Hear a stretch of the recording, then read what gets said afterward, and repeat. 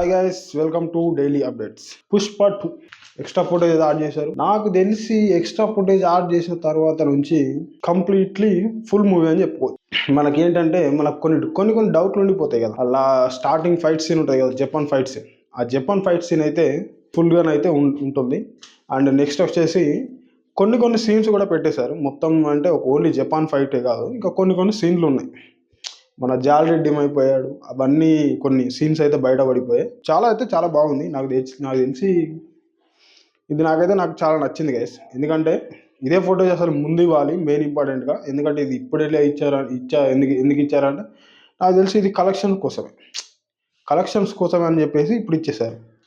నాకు బాగా నచ్చింది ఏంటంటే 1 కాదు 2 కాదు 3-4 లెక్కల ఫోటోజ్ యాడ్ చేయడం అనేది.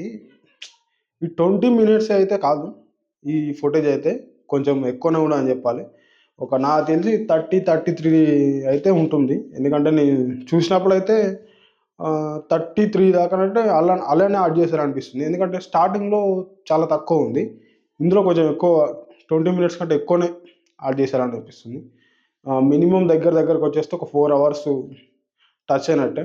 కలెక్షన్ల గురించి అయితే చెప్పాల్సి డెఫినెట్గా 2000 నేను చెప్పిన కదా ఆల్రెడీ నిన్నటి వీడియోలో చెప్పిన. మినిమం 230 అనవచ్చు, 2500 అయినా అవ్వచ్చు. గాంధీ తాత చెట్టు మన సుకుమార్ గారి డాటర్ అయితే ఇందులో నటిస్తున్నారు. నేను ట్రైలర్ ఇంతకుముందుగా చూసా. ట్రైలర్ అయితే చాలా బాగుంది. ఒకటేంటంటే స్టోరీ పరంగా చూసుకుంటే అందులో ఈ పెద్దగా ఏమీ అయితే నాకు ఏం అనిపించలేదు.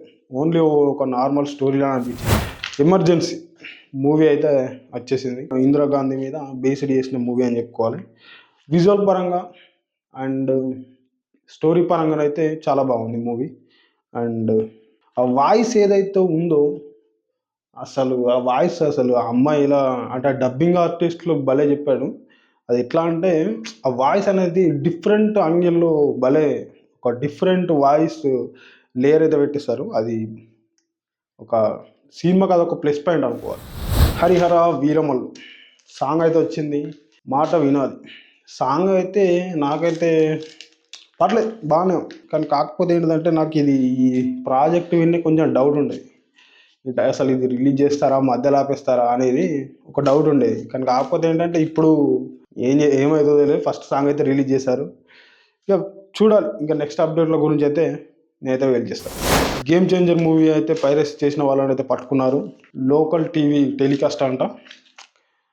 అది అసలు లోకల్ టీవీ టెలికాస్ట్ అంటే నాకు కూడా అదేదో నమ్మబుద్ధి కాలేదు. లోకల్ టీవీ టెలికాస్ట్ అని అంటారు కానీ అంత తక్కువనైతే ఏమి ఉండదు.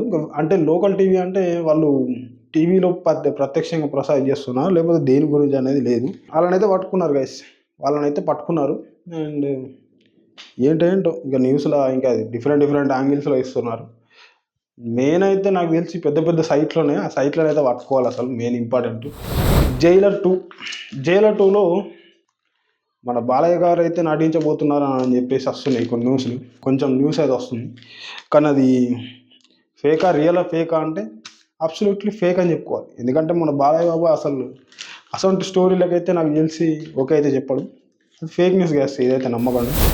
రివీల్ క్లబ్ అయితే ఒక మూవీ అయితే వచ్చింది. అండ్ ఆ మూవీ చూడడం అయితే జరిగింది. అందులో మనకు ఈ మధ్యలో ఒక సాంగ్ అయితే బాగా ఫేమస్ అయింది కదా, హనుమాన్ కైండ్ అనేది. ఆయన తను నటించాడు. నాకు ఆ సినిమా చూస్తున్నంతసేపు ఒకటే గోల, ఏదో చేస్తున్నారు. అలా ఏంది లేదు. ఒక పందిని పట్టుకొస్తున్నారు, పందులు మీది కట్టేస్తున్నారు. అది ఏందో అసలు స్టోరీ లైన్ ఏందో లాస్ట్కి అయితే ఎమోషనల్గా ఎండ్ చేశారు. ఓకే అనిపించింది మూవీ అయితే. పెద్దగా ఏం లేదు. సంక్రాంతికి వస్తున్నాం రికార్డ్ అనుకోవాలి. ఇది సంక్రాంతికి వస్తున్నాం అయితే ఇప్పటికీ కలెక్షన్స్ మినిమం చెప్పాలంటే 106 కోట్లు అయితే కలెక్ట్ చేసింది. అది మన దిల్ రాజు గారికి అయితే బ్లాక్ బస్టర్ అని చెప్పుకోవాలి. వెంకటేష్ గారికి అయితే నాకు తెలిసి చాలా రోజులైంది పెద్ద ఇట్టుబడి. నాకు తెలిసి బాగా పెద్ద ఇట్టుబడి అయితే చాలా రోజులైంది.